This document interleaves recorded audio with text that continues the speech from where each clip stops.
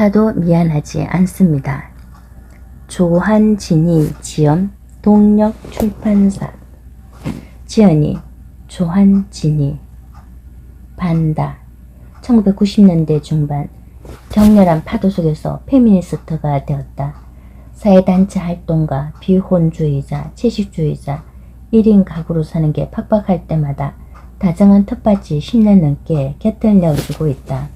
페미니스트로서 정상성을 질문하다가 장애인 운동을 만났고 탈식민 페미니스트로서 팔레스타인 운동, 내셔널리즘 전쟁을 만났다. 교차성을 중시하고 영역과 형식에 갇히지 않는 활동을 지향한다. 2000년 여성 민우회를 시작으로 사회단체들에서 상근했고 아픈 몸이 된 뒤로는 주로 비상인 미명 같은 이름으로 활동하고 있다. 2009년 팔레스타인 현장 활동 이후 건강이 악화되었고 투병과 완치 사이의 몸으로 10년째 경력 단절을 반복하고 있다. 초기 투병을 마치고는 KBS 3 라디오에서 몇 년간 인권 관련 영화와 책을 소개하는 게스트로 출연해 최소한의 사회생활을 연명했고 아픈 몸에 조금 익숙해진 뒤에는 페미니즘 저널, 일다와 실사월간지, 워커스 등에서 반다라는 활동명으로 칼럼을 연재했다. 아프기 전에는 다큐인, 영상활동가로서 RTV, 시사 다큐, 나는 장애인이다를 시작으로 몇 편의 다큐멘터리를 연출한 바 있고 팔레스타인 평화연대에서 동료들과 도서 라피커 팔레스타인과 나를 함께 썼다. 추천의 말. 이 책의 추천사를 여러 차례 썼음을 고백한다. 흔히 말하는 동병상련이 불려오는 공감 때문이기도 하고 요즘은 같은 처지의 사람끼리도 소통이 어려워서 나 혼자 아픈 덕 서러움과 외로움이 밀려왔기 때문이다. 내가 생각하는 페미니즘은 약자들의 연대다. 우리는 모두 아프고 나이 들고 죽는다. 인간은 만물의 영장이 아니라 유한한 존재, 자연의 극히 일부일 뿐이다. 그런 의미에서 페미니즘은 약자를 대변하고 또 대변해야 한다. 우리는 신체적 통증과 정신적 고뇌를 구분하는 문화에 익숙하지만 몸의 취약성이야말로 인간의 조건이다. 젠더 주류화가 경쟁 논리로 왜곡된 신자유주의 사회에서 이 책이 소중한 이유다. 아파도 미안하지 않습니다. 어느 페미니스트의 질병 간통기는 부러운 제목이고 놀라운 내용이다. 나는 여전히 아파서 미안한 인생인데 많은 여성들처럼 나도 내 몸에게 미안해야 하는데 주변 사람들에게 더 미안하다. 이 시대에 아픈 사람의 자세는 이해받으려고 하기보다 차라리 건강한 사람을 이해하는 자세가 정신건강에 더 좋다는 게 나의 경험이다. 건강약자는 중요한 사회적 범주가 되었다. 인류는 만성 통증 상태를 살고 있다. 이 책이 모델이 되어 많은 이들의 몸 일기가 나오기를 바란다. 내가 생각하는 바람직한 사회는 건강한 사람이 그렇지 않은 사람을 배려하는 사회가 아니라 상처받은 치유자들의 공동체다. 가장 쓰기 어려운 걸, 하소연에 그치기 쉬운 걸, 그래서 나는 쓰지 못하는 걸 쓰기를 해낸 지연이에게 감사와 부러움을 전한다. 정희진, 여성학 연구자, 페미니즘의 도전 저자. 프롤로그. 질병은 내 삶에 상처를 입혔다. 잘못 살아서 아픈 거라는 자괴감에 스스로를 미워했다. 소중한 사람들을 힘들게 하고 있다는 자책감에 무거웠다. 질병 때문에 삶의 결정권을 잃고 계획이 무너지면서 상실감에 넘어섰다. 무엇보다 아픈 몸과 어떻게 살아야 하는지 아무것도 모르는 채 흔들리는 삶위에 놓인 무력감은 고스란히 내 안으로 스며들었다. 그 안에서 마음은 자주 부서졌다. 질병에 의해 상처받았으니 나는 질병을 응시하며 상처의 이유를 찾아갔다. 질병은 죄가 없었다. 몇 년간 응시한 끝에 비로소 얻게 된 결론이다. 내가 상처 입은 것은 질병 때문이 아니라 질병에 대한 우리 사회의 태도 때문이었다. 아픈 몸이 되고서야 비로소 우리 사회가 건강 중심 사회임을 알게 되었다. 질병이 내 몸의 일부일 수 있음을 인정하자 세상이 다르게 읽혔다. 비장애인 중심 사회가 장애인들을 배제하듯이 건강 중심 사회는 아픈 몸들을 배제하고 있었다. 아픈 몸들을 자책감의 나락으로 밀어내고 있었다.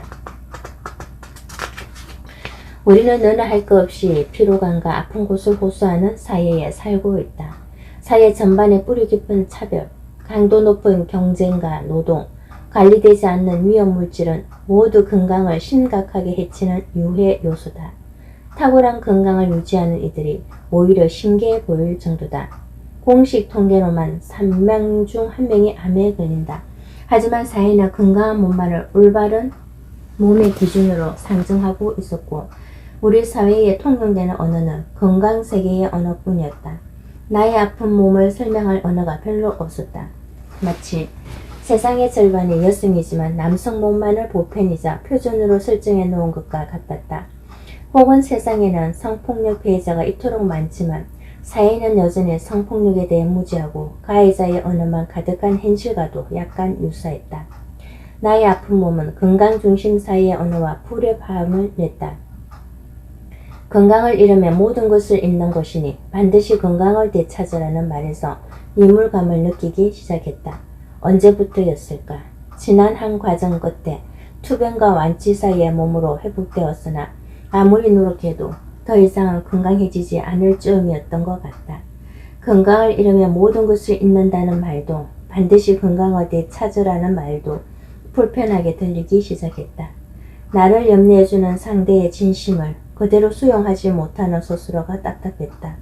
내가 과도하게 예민한 거라고 수없이 자책도 해보았다. 그러나 그 말을 한 상대방도 나도 잘못이 없음을 이제는 안다. 그는 건강 중심성을 탈피하면서도 걱정하는 마음을 담아낼 적정한 말을 알지 못했던 것이고 나는 건강은 잃었지만 삶의 모든 것을 잃은 건 아니라는 믿음이자 진실을 지키고 싶었던 것뿐이다. 그는 우리 사회 대부분이 그렇듯 건강을 추구해야 할 선으로 질병은 퇴치해야 할 악으로 규정하는 이분법적 사고를 하고 있었다. 그러한 규정에서는 질병과 함께 살아야 하는 아픈 몸은 열등한 몸일 수밖에 없다.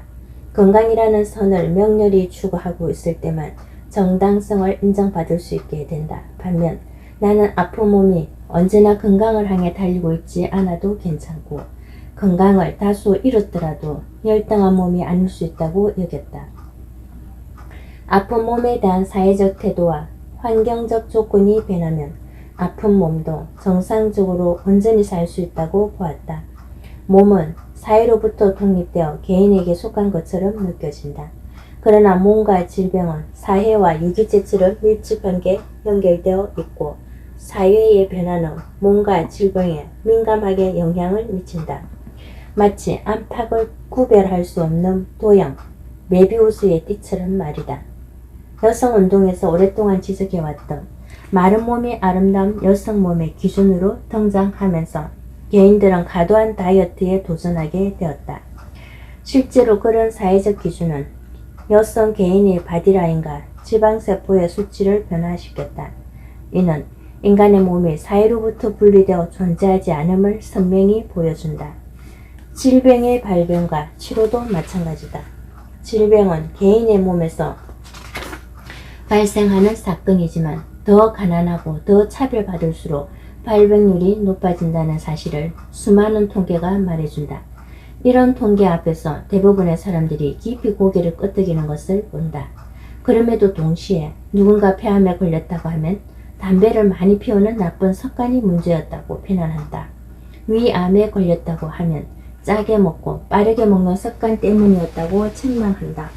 가난할수록 그리고 삶이 제한적일수록 스트레스를 해소하기 위해 시도할 수 있는 방식이 많지 않아서 담배에 의존하게 되는 현실은 갑자기 사라진다. 먹고 살자고 하는 일인데도 정작 일하다 보면 밥 먹을 시간이 부족해서 빠르게 먹고 그러다 보니 짜게 먹게 된다는 현실 또한 사라진다. 이런 사회적 조건들은 삭제된 채 오로지 개인의 생활 습관만 지적된다. 결국 아픈 몸은 자신이 잘못 살아서 질병이 왔다는 지독한 자책감에 빠진다. 나는 그렇게 질병의 사회적 책임을 지워버리고 개인의 책임만을 강조하는 질병의 개인화 현실을 목격할 때마다 답답했다. 그리고 펜로즈의 계단이 떠올랐다. 계속 계단을 올라가는 것처럼 보이지만 무엇에도 닿을 수 없는 모순의 상징인 펜로즈의 계단 말이다. 개인의 노력으로 건강을 가질 수 있다는 착신은 그토록 강렬했다. 누구도 아픈 것 때문에 아프지 않길 바란다. 거듭 말하지만 질병의 개인화는 아픈 몸에게 질병의 책임을 전가시켜 죄책감으로 고통받게 만든다. 아울러 질병에 대한 관점 자체가 바뀌지 않으면 아픈 몸이 상처받는 일은 줄어들기 어렵다. 우리 사회가 지금처럼 질병을 몸에서 삭제해야 하는 배설물 같은 존재라만 본다면 만성질환자를 포함해 질병과 함께 살아가야만 하는 아픈 몸은 불행한 패배자로 살 수밖에 없다. 의학으로 죽음을 삭제할 수 없듯이 질병을 삭제할 수 없다. 누구나 아프게 되고 죽게 된다. 질병이나 죽음 자체가 비극이 아니라 그것을 온전히 자신의 삶으로 겪어낼 수 없을 때 비극이 된다. 우리에게 필요한 것은 고된 노동을 반복해도 결코 아프지 않은 무한히 노동할 수 있는 몸이 아니다. 자연이 생명체에 부여한 생로병사를 낙인이나 차별 없이 겪을 수 있는 몸, 잘 아플 수 있는 사회가 필요하다. 어느 정도 건강을 잃었다고 하더라도 온전히 행복할 수 있는 삶, 이는 질병이 삶의 선물이었다는 공정서사로 가능한 것이 아니다. 영혼의 성장담을 부정하고 싶지는 않지만 정신성리로 다시 개인에게 노력을 전가하는 행태는 바람직하지 않다. 아픈 몸도 행복한 삶은 질병을 극복하지 않아도 자신의 몸을 정상으로 교정하지 않아도 자책감에 시달리지 않고 존중받는 사회에서 가능하다. 질병을 꼭 불행으로 받아들이게 하는 사회가 변화하길 바란다. 몸이 아프다는 생의학적 상태가 곧장 불행으로 연결되는 것은 아니다. 이 사회가 질병을 대하는 태도가 변하면 아픈 사람들의 불행도 변화한다. 아파도 괜찮다고 사회가 말해줄 수 있다면 아픈 이의 고통이 줄어들게 되고 결국 아픈 이의 몸이 변화하게 된다. 이 책은 내가 질병을 삶의 일부로 수용하고 아픈 몸으로도 온전한 삶을 살아가기 위한 과정에 관한 이야기다. 다만 나는 그것을 개인의 정신성리가 아니라 개인과 사회가 함께 성찰해가는 과정 속에서 풀어보려 했다. 30대 중반 갑자기 건강이 무너지고 혼란스러웠던 순간부터 이야기를 시작했다. 당시 나는 아픈 몸으로 어떻게 노동을 하고 생계를 유지할 수 있을지 막막했다. 또 아픈 몸에 대한 자기 해모를 어떻게 다뤄야 하는지 몰라 쩔쩔맸다. 아픈 몸은 건강 중심 사회에서 어떤 방식으로 존재할 수 있는지, 우리는 무엇일 수 있는지 알아야 했다. 나는 질병과 함께 산다는 의미를 마음속 깊이 이해해야 했고, 아프게 된 몸을 스스로 미워하지 않고 삶을 재구축할 수 있는 방법을 찾아야만 했다. 아픈 몸이나 취약한 몸으로 산다는 게 불행이나 수치가 아닐 수 있을까? 그리고 질병을 겪는 것에 대해서 드러내고 싶지 않고 벗어나야 할 정체성으로 여기는 문화를 우리가 언젠가 극복할 수 있을까? 질병과 함께 산다는 게 낙인이 아니라 프라이드가 되는 것은 불가능한 일일까? 나는 질문이 많은 성격이라 몸이 아픈 내내 이런 고민을 멈출 수 없었다. 더 정확히는 질문을 멈추어서도 안 되었다. 질문하고 답을 찾지 않으면 젊은 나이에 좋은 일 하다가 건강을 잃은 비운의 주인공으로 끝나게 될 것 같았다. 질문하고 사유하는 과정은 내가 무기력한 환자가 아니라 계속해서 삶을 주체적으로 살아가는 존재임을 확인하는 과정이기도 했다. 그리고 부끄러운 고백도 하나 해둔다. 나는 질병이 제거해야 할 악이라며 부단히 노력해서 반드시 건강해져야 한다는 사회적 압박을 비판해왔지만 동시에 그런 시선은 내 안에도 존재했다. 빨리 건강해져서 표준의 몸, 정상의 몸을 되찾고 싶다는 욕망을 멈출 수 없었다. 나의 내면은 자주 충돌했다. 아프다는 정체성을 빨리 벗어던지고 싶었고 건강해지지 않으면 삶의 정상으로 돌아갈 수 없을 것 같다는 두려움을 오갔다. 아픈 몸으로 평생 살아야 한다는 사실을 떠올리면 절망이 맥박처럼 뛰었다. 이런 나 자신의 못나 보였지만 부정하지는 않으려 했다. 그런 내 모습을 관찰하고 모순과 불안조차 자원 삼아 언어를 만들어 갔다. 질병 세계의 언어로 글을 만드는 일은 쉽지 않았지만 쉽게 익히도록 쓰려고 노력했다. 쉬운 글이 평등한 글이라는 말을 잊지 않으려 했다. 몸이 아프면 집중력이 떨어지기 쉽다. 신체 에너지가 저조해지는 상황에서 생존에 필수적이지 않은 뇌의 지적 활동에 배치되는 에너지가 줄어들기 때문이리라. 쉽게 쓰기 위해 대부분의 글에서 나를 백지에 가까운 무지한 관찰자로 설정해두고 몇 가지 현실의 단면들을 연결하고 분석해보는 형식을 취했다. 배경 지식이 많지 않더라도 직관적으로 이해할 수 있게 하기 위한 시도였다. 이 책은 페미니즘 저널 일다에 연재한 글을 기본으로 건강세상 네트워크에서 발행하는 이다에 연재한 글을 일부 추가했고 몇 편은 새로 써서 보탰다. 2015년부터 연재를 시작했는데 횟수로 4년을 연재했고 책으로 내기까지도 긴 시간이 걸렸다. 오랫동안 연재했던 글이다 보니 그 사이에 다소 변화도 있었는데 시제를 정리하긴 했어도 내용은 손대지는 않았다. 그렇게 30대 후반부터 쓰기 시작한 글이 40대 완연한 중년이 된 지금에서야 마무리되어 한 권의 책이 되었다. 몸이 한 번씩 꼬꾸라질 때는 그 시간을 견디는 것에 모든 에너지를 쏟아야 했다. 차별 때문에 질병을 말할 수 없는 순간이 오거나 아픈 사람이 미안해하는 현실을 목격할 때도 아팠다. 슬픔, 분노, 쓸쓸함 같은 것들이 몸에서 소용돌이쳤고 숨을 고르기 위해 가만히 엎드려 있어야 했다. 나는 그럴 때마다 발생하는 몸과 마음의 통증조차 언어로 풀어내기 위해 끙끙거렸고 조금씩 단단해질 수 있었다. 질병이라는 혼돈의 세계를 관통해 나가야 하는 이들과 그 곁에 있는 이들이 아픈 몸과 그 삶을 이해하는데 이곳의 언어가 도움이 되길 바란다.